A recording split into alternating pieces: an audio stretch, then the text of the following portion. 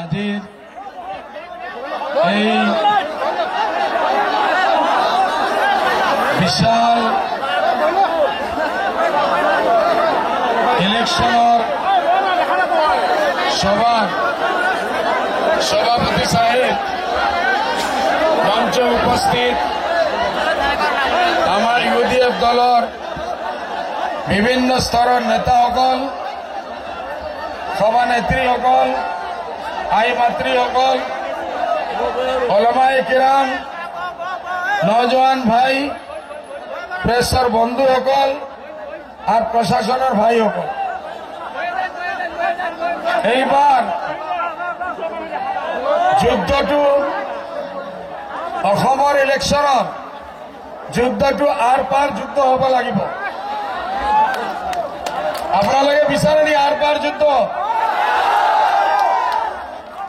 মই কম এইবাৰ আপোনালোকে ক'ব আমাৰ চৰকাৰ, এইবাৰ আমাৰ চৰকাৰ, এইবাৰ আমাৰ চৰকাৰ, এইবাৰ আমাৰ চৰকাৰ, ইউডিএফৰ চৰকাৰ। অসমত বিজেপিৰ কোনো অস্তিত্ব নাই।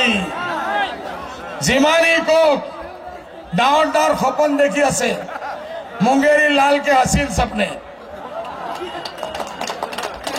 সৰ্বানন্দ সোনোৱাল সাহেবে দিল্লীৰ পৰা গামছা লৈ আহিছে, বোলে ইয়াত চিফ মিনিষ্টাৰ হ'ব, মুখ্যমন্ত্ৰী হ'ব, আমি তেখেতক মূৰ্খমন্ত্ৰী বনাই ইয়াৰ পৰা বিদায় দিম।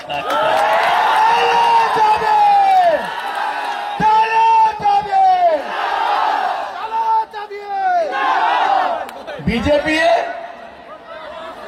প্ৰধানমন্ত্ৰীয়ে ডাঙৰ ডাঙৰ ডেভেলপমেন্টৰ কথা মাতিছিল। আজি 18 মাহে প্ৰুফ হৈ গল যে মোদী সাহেবে খুব ভাল লেকচাৰ দিব পাৰে, আৰু একবাৰ লেকচাৰ দি দিল্লীৰ ইলেকশ্যন হাৰাৰ পিছত বহুত দিনৰ কাৰণে বিদেশত গৈছিল। এইবাৰ বিহাৰ ইলেকশ্যন হাৰাৰ পিছত ইয়াৰ পৰা লৈকে পাকিস্তানলৈকে গৈ পাল।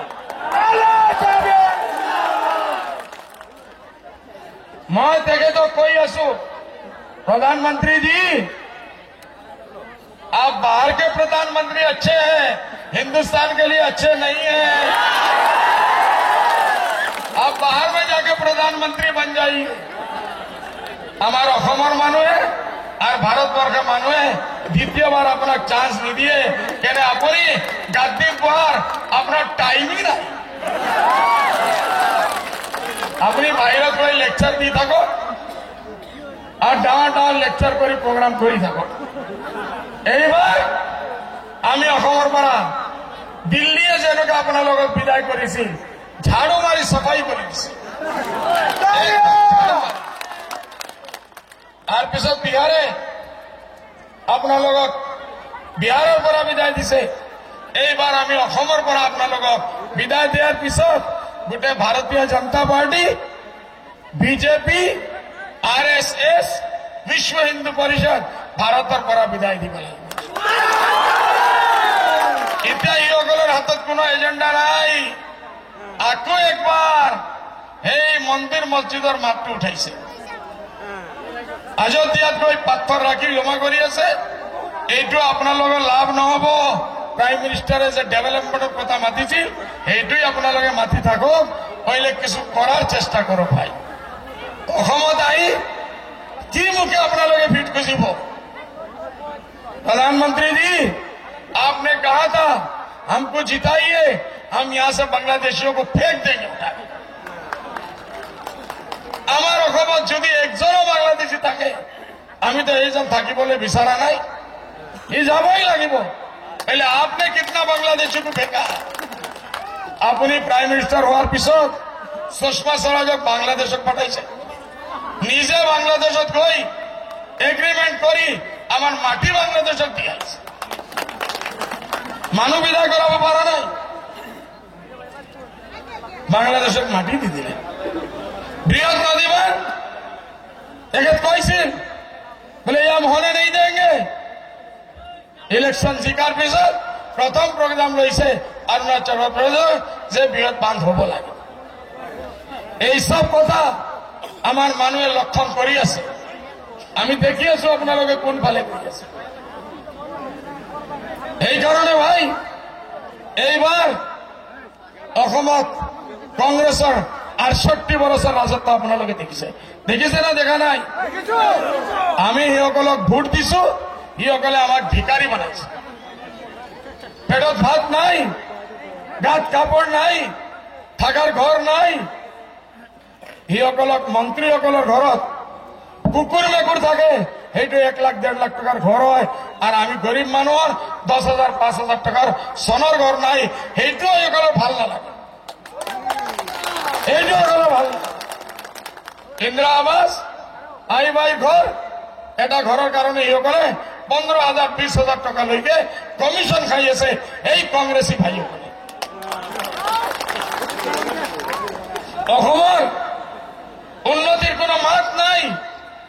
কংগ্ৰেছী ভাইসকলে বদৰুদ্দিন আগবাঢ়িব নালাগে, সেইটো লৈ সিসকলে চিন্তা কৰি আছে। আৰে এইটোৱেই অসমৰ উন্নতি নেকি? এইটোৱেই আমাৰ সবচে ডাঙৰ সমস্যা নেকি যে বদৰুদ্দিন কোন আগে বাঢ়িব, কোন পিছে বাঢ়িব? অঞ্জন দত্ত সাহেবে বদৰুদ্দিনৰ দলে এইবাৰ কালি কৈছে কাটিগড়াত কি নাম ৰাতাবাড়ী যে ৭টাৰ পৰা ৮টা আসন আনিব। অঞ্জন দত্ত ভাই, আপনার গরুর দোয়ায় কি নাম চিলর দোয়ায় গরু নমরে ভাই। ইউডিএফে আগত 10টা আছিল, চিফ মিনিস্টার হিসেবে কইছিল এইবার শেষ হয়ে যাব। আল্লাহর মেহরবানি 18টা হয়ে গেল। এতিয়া আপনি স্টেট প্রেসিডেন্টে কইছে 8টা হব, আমি কইছো কমসে কম 50-ৰ পৰা 55টা হব। এই অসমত বিজেপি তো আহিবই নোৱাৰে। কংগ্ৰেছৰ আপোনালোকে দেখক লোৱাৰ আপাৰ আসামত কংগ্ৰেছৰ কোনো ভোটৰ স্থান নাই। এতিয়া কংগ্ৰেছে কি কৰিছে, আমাৰ লগত মিত্ৰতা বা বুজাবুজিৰ মাত চলাই আছে, আৰু সেইবাৰে গুৱাহাটী ইউনিভাৰ্চিটিৰ এটা দলাল গ্ৰুপ লগাই দিছে। মুছলিম এলেকাত কৈ কব লাগে যে এইবাৰ ইউডিএফে নোৱাৰিব, আমাক কংগ্ৰেছক ভোট দিব লাগে। মই কৈছো কংগ্ৰেছৰ ভেটি দিন বদিন তলত গৈ আছে। এইবাৰ যদি পাৰে অনলি ইউডিএফ ইউডিএফ ইউডিএফ।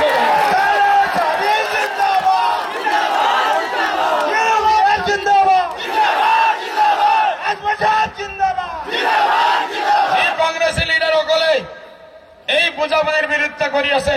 মই খুলাখুলি কৈ আছো, সি অঞ্জন দত্ত সাহেব হওক বা রকিবুল সাহেব হোক, সবাই বিজেপির এজেন্ট হয়ে কাম করে আছে। মানুহে গম পাইছে, কালি রকিবুল হুসেন সাহেবে ইন্টারভিউত কৈছে বলে আজমল সাহেব বিজনেসম্যান মানুহ আপোনাৰ লগত নাথাকে। মই 10 বছৰৰ পৰা যিমান দিনৰ পৰা মই দায়িত্ব লৈছো আপোনালোকৰ লগত আছো নে নাই? আছো নে নাই? রকিবুল সাহেবে মোক ধমকি দি আছে বলে দিল্লির সরকারে বুঝে ভয় দেখাই দিব।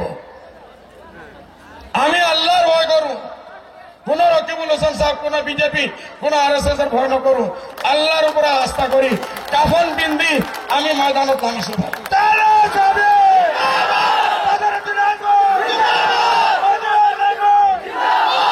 দেখে তো অসমৰ জনগণৰ কিমান হাজাৰ কোটি টকা বিজনেস কৰিছে, সেইটো তেখেতে জবাব দিয়ক। বদৰুদ্দিন আজমল ইয়াত বিজনেস কৰাৰ কাৰণে নহয়, নিজৰ ধন সম্পত্তি বিক্ৰী কৰি এই অসমৰ জনগণৰ গৰীব ৰাইজৰ কাৰণে আপোনালোকৰ মাজত আহিলে। রকিবুল হোসেন সাহেব হওয়ার আগত কোনে টিকেট তাক দিছে এইটো মই জানো, কোনে সিফারিশ কৰি চিফ মিনিস্টাৰৰ পৰা তাক হোমমিনিষ্ট্ৰী দেৱাইছে এইটো মই জানো। আর আজি তেখেত কৈ আছে আজমল সাহেব ইয়াত নাথাকে। হ্যাঁ, আজমল সাহেব আপোনালোকৰ কংগ্ৰেছ বিজেপিৰ ধমকি খাই অসমৰ পৰা বিদায় লব। আজমল সাহেব অসমত মৰাৰ কাৰণে আহিছে, ইয়াতেই থাকিব, ইয়াৰ পৰা কিয়ামতৰ দিন উঠিব।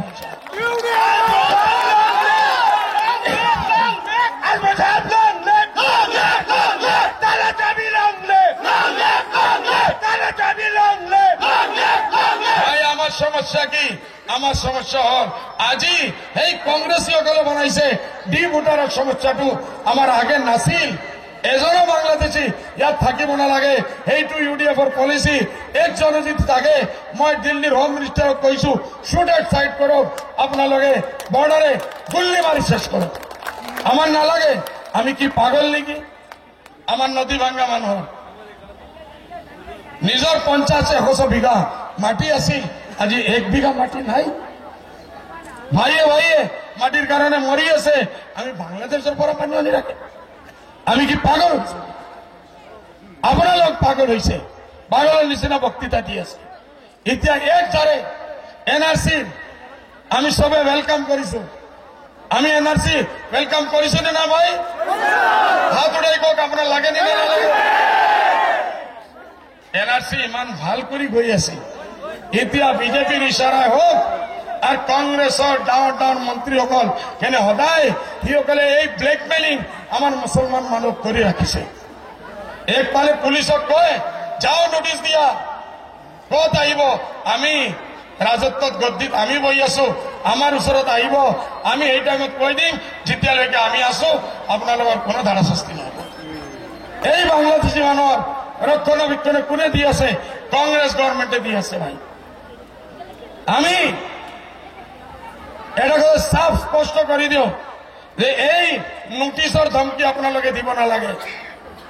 আমাৰ যিমান মানুষ প্ৰকৃত দেখি আমাৰ এই অসমৰ নাগৰিক, ভাৰতবৰ্ষেৰ নাগৰিক আছে, সিসকলৰ কারণে আমার ন্যায়ালয় আছে, হাইকোর্ট আছে, সুপ্রিম কোর্ট আছে। সব জায়গাত আমার মানুষবিলাক যাব আর আমি প্রুফ করে দিম যে আমি বাংলাদেশের নয়, আমি আসলি অসমীয়া মানুষ। ভাই আজি আমার ডেভেলপমেন্টের কথা কোন এজনের পরা কোন এজন কংগ্রেসী মন্ত্রীয়ে কোন এজন নেতায় অসমৰ ডেভেলপমেন্টের কথা নামাতে। আজি খালি এক কথাই মাতি আছে জোট বন্ধ নহব, বুঝাবুঝি এইটো কি আছে? আরে হব হব নহব নহব, আমার নালাগে। ডেভেলপমেন্টের কথা মাতক। কেনেকে মাতিব? ডেভেলপমেন্ট সিসকলৰ হৈ আছে দিল্লী, বম্বে, মাদ্ৰাছ, ডাঙৰ ডাঙৰ বিল্ডিং প্ৰপাৰ্টি কৰি আছে, সিসকলৰ ডেভেলপমেন্ট হৈ আছে। আমি গৰিব আৰু গরিব হৈ আছো। সঁচানে না ভাই? আমি দরিদ্র মানুষ, খোয়ার পানির ব্যবস্থা নাই, স্কুল নাই, কলেজ নাই, ইউনিভার্সিটি নাই, চরণ মানুহৰ পড়াৰ কোনো ব্যবস্থা নাই। সেইটোৰ কাৰণে আমি আজমল ফাউন্ডেশনে ঘৰে ঘৰে শিক্ষা, চৰে চৰে শিক্ষা আসনি আমি আৰম্ভ কৰছি। গাঁৱে গাঁৱে আমি স্কুল দিম। আপোনালোকৰ খাৰুপেটিয়াত আজি মই সায়েন্স এণ্ড টেকনলজি কলেজৰ স্থাপনা কৰিছো। আপোনালোকে জানে কেইবাদিনৰ পৰা আমি এইটো চাই আছো। আজমলের চিন্তা হল ঘরে ঘরে শিক্ষা, আজমলের ঘরে চিন্তা হল চরে চরে শিক্ষা। আজমলের শিক্ষা হল Ajmal for education, education for Ajmal. আমি এই জাতি যেতিয়ালৈকে শিক্ষা নিদিও আমি আগ বাড়াই লৈ যাব নোৱাৰো। আমার শিক্ষা লাগে, শিক্ষা হলে উন্নতি হব, উন্নতি হলে শান্তি হব, শান্তি হলে প্রগতি হব। এই উন্নতি আমার লাগে। আমার ঘরে ঘরে স্কুল লাগে, ঘরে ঘরে কলেজ লাগে। কৃষকসকলৰ উৎপাদনৰ মূল্যদান আমি পাব লাগে। ইনসাফৰ সাথে মই নিজে পাৰ্লামেন্টত উঠাইছো বোলে বিছামাৰী 4জন কৃষক যেতিয়া পাট লৈ গৈছে সিসকলক গুল্লি মাৰি শেষ কৰিছে। সেইটোক আমি পাহৰা নাই। মই পাৰ্লামেন্টত ইন্ডাস্ট্ৰি মিনিস্টাৰক মই নিজে দাবি দিছো আমাৰ এই খাৰুপেটিয়াত কোনো না কোনো এটা জুট ইন্ডাস্ট্ৰি ইয়াত হব লাগে। আমি এইটোৰ কাৰণে চেষ্টা কৰি আছো। ভাই আপোনালোকে কংগ্ৰেসে দলাল, মই কৈছো এটা দলাল গোষ্ঠী। গুৱাহাটী ইউনিভাৰ্সিটিৰ এজন ডাঙৰ প্রফেসর সাহেব সদায় আমার লগত থাকে। ইলেকশন আহিলে কংগ্রেসের লগত বিক্রি হৈ যায়। ভাল পয়সা পাই 150 ठाकुर ने हिजड़ों की फौज बनाई। ठाकुर ने हिजड़ों की फौज बनाई। কি কৰিব লাগে? মুসলিম এলাকাত গৈ কব লাগে বোলে এইবাৰ ইউডিএফে নোৱাৰিব, আপোনালোকে ভাল কৰি কংগ্ৰেছক ভোট দিয়ক। মই আগেই কৈছো বোলে এইবাৰ যদি পাৰে সবসে ডাঙৰ পাৰ্টি হিচাপে UDF উঠি আহিব ইনশাআল্লাহ। আপোনালোকে এই ভুল কৰিব নালাগে। কংগ্ৰেছী দলালসকল আহিলে ভাল কৰি খুৱাই পিটাই খুৱাই বহাই পিটাই কৰিব নালাগে ভাই। ভাল কৰি খুৱাই বিয়াই তাৰপিছত বিদায় কৰি দিব। বোলে হুজুৰ আপোনালোকে যাওক, ইলেকশ্যন আহিলে আপোনালোকক আমি এনেকুৱা ভাঙ্গা হাত দেখাই তালা চাবি তালা চাবি তালা চাবি